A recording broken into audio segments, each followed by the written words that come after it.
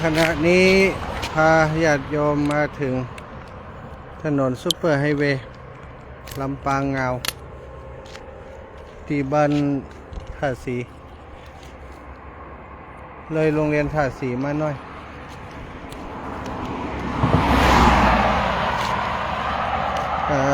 ตอนนี้กำลังหาที่พักสอบถามจากญาติโยมบอกว่าไปเหนือแหมน้อยจะเจอพระเจ้าตอนนี้เลยโรงเรียนมาซึ่งก็มาถึงบริเวณที่เรียกว่าสุสานพระเจ้าของบ้านท่าสีตัวนี้ก็คงจะเสียงดังน้อยอยู่ติดถนนไปหน่อยจัดรายการช่วงค่ำก็คงจะเสียงดังทั้งนั้นพระเจ้าบ้านท่าสี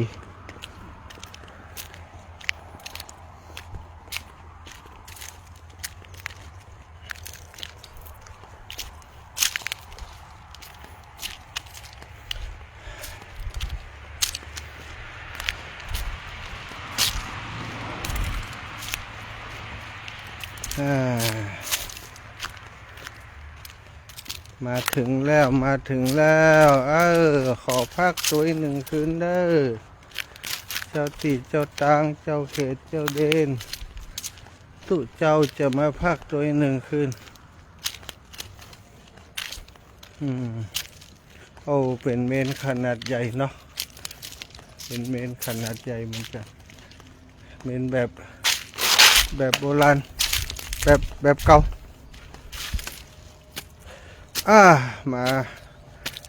เอาบุญมาฝากเน้อที่เจ้าตางเจ้าเขตเจ้าเดน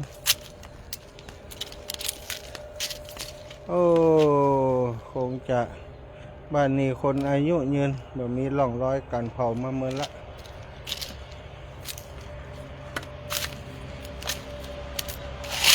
อยู่บ่ปอกไก่จากหนตังจำเป็นนะจะยินเสียงรถไฟไหมจำเป็นเนาะ จำเป็นต้องนอนที่นี่ฝนตกกะฝนตกจะนักแล้วเนี่ย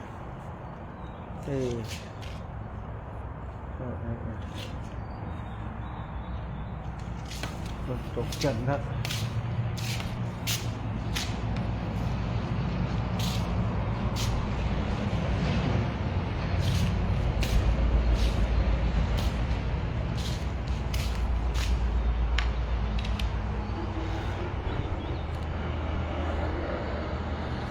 เอาละ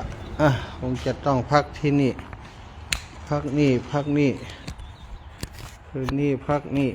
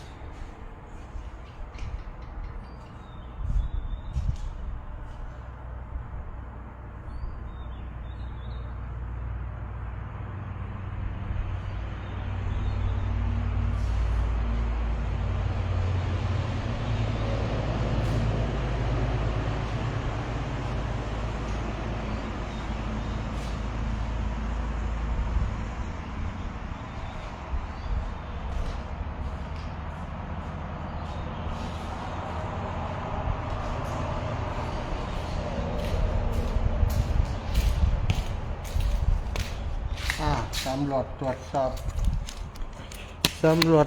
สอบที่พักคืนนี้ห้องน้ำห้องท่าน้ำท่ามีไหมจะคืนฝนตกโอ้น้ำน่าจะมี เพราะว่า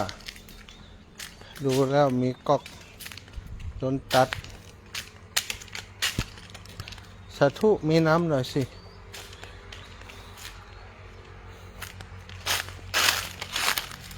มีน้ำไหมครับมีน้ำหน่อยนะมีน้ำหน่อยนะมีน้ำสาธุมีน้ำดีแล้ว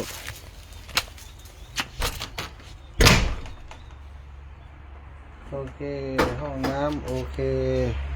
แต่ไม่มีถังน้ำ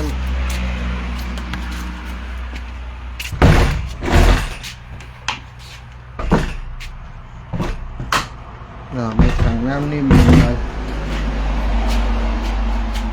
ได้อย่างใดโอเคมีถังน้ำได้มีห้องน้ำมีถังน้ำโอเค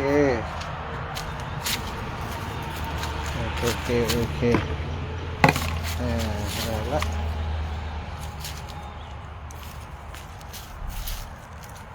ชิดหนทางไปน้อย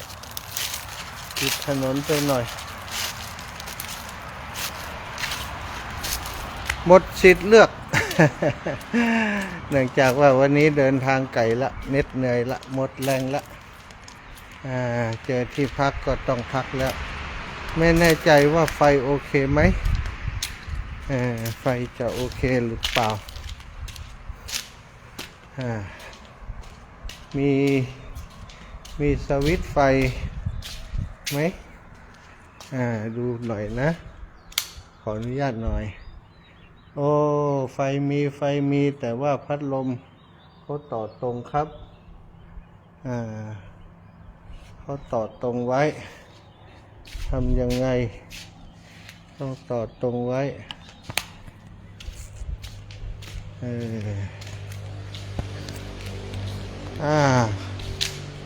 ไม้กวาดอยู่ข้างในเอาไม่ได้หาอะไรกวาดดี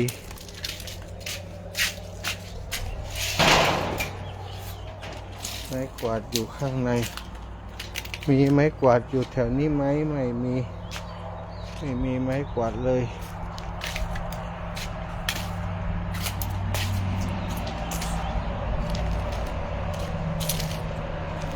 ขาดไม้กวาดครับ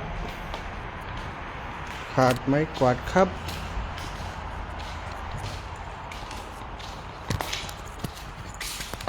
่เป็นไรตอนนี้ไม่มีไม้กวาดก็คือแล้วก็จะไม่ได้กวาดขยะแถวนี้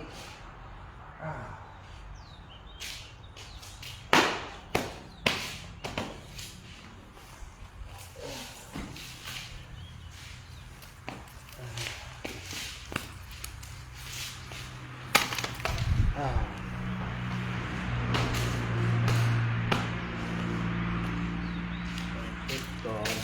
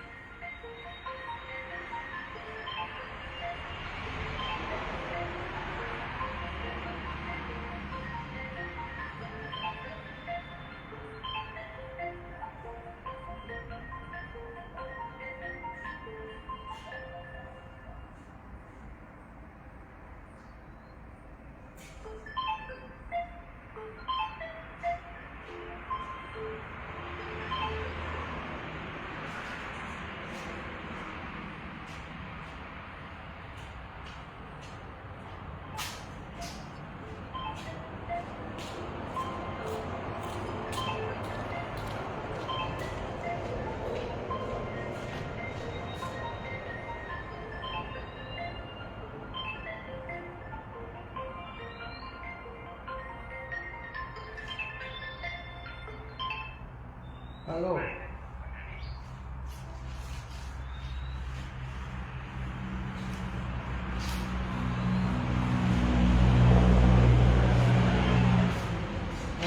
ว่าได้เอ๊ะโอ้โหมาเอ๊ะ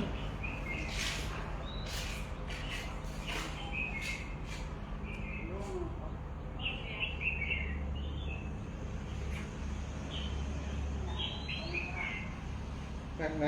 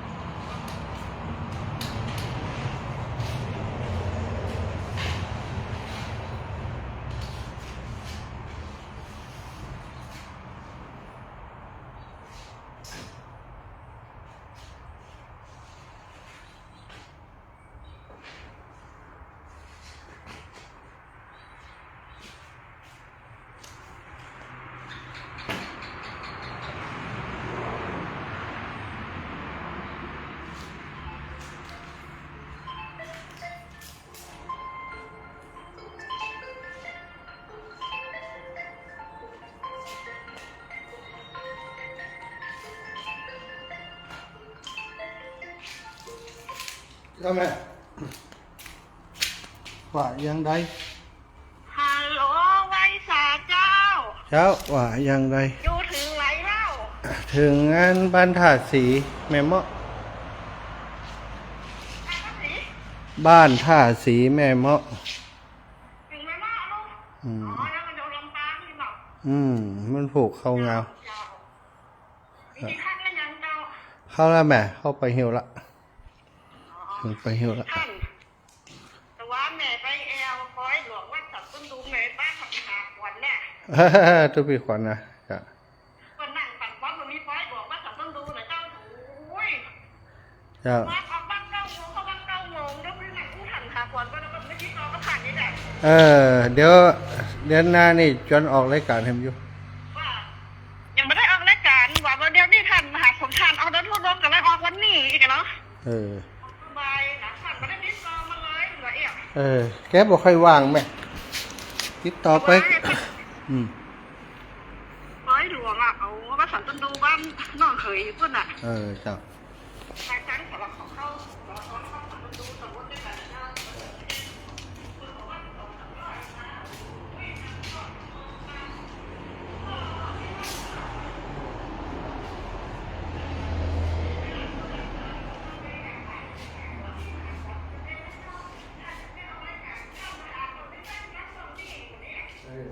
ตั้งไปของแต่ว่าอันที่ก่อนนี่ผมได้ตั้งไปเพราะว่าเขาของบ้านเนาะ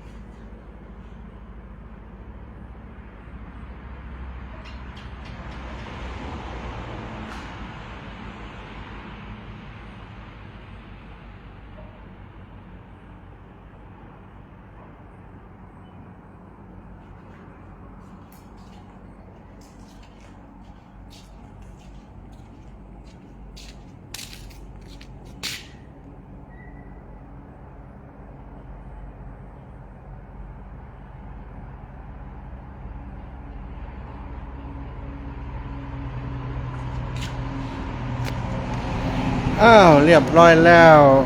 จะส่งน้ำก่อนเนอะ18:26ละเดี๋ยวจะเข้ารายการ19 นาฬิกาสาธุวันนี้พักนี่นะขอบคุณศรัทธาญาติโยมสาธุชนคนดีทุกคนทุกท่านที่ติดตามด้วยความห่วงใยนี่ก็ทำการที่นอนเรียบร้อยแล้ว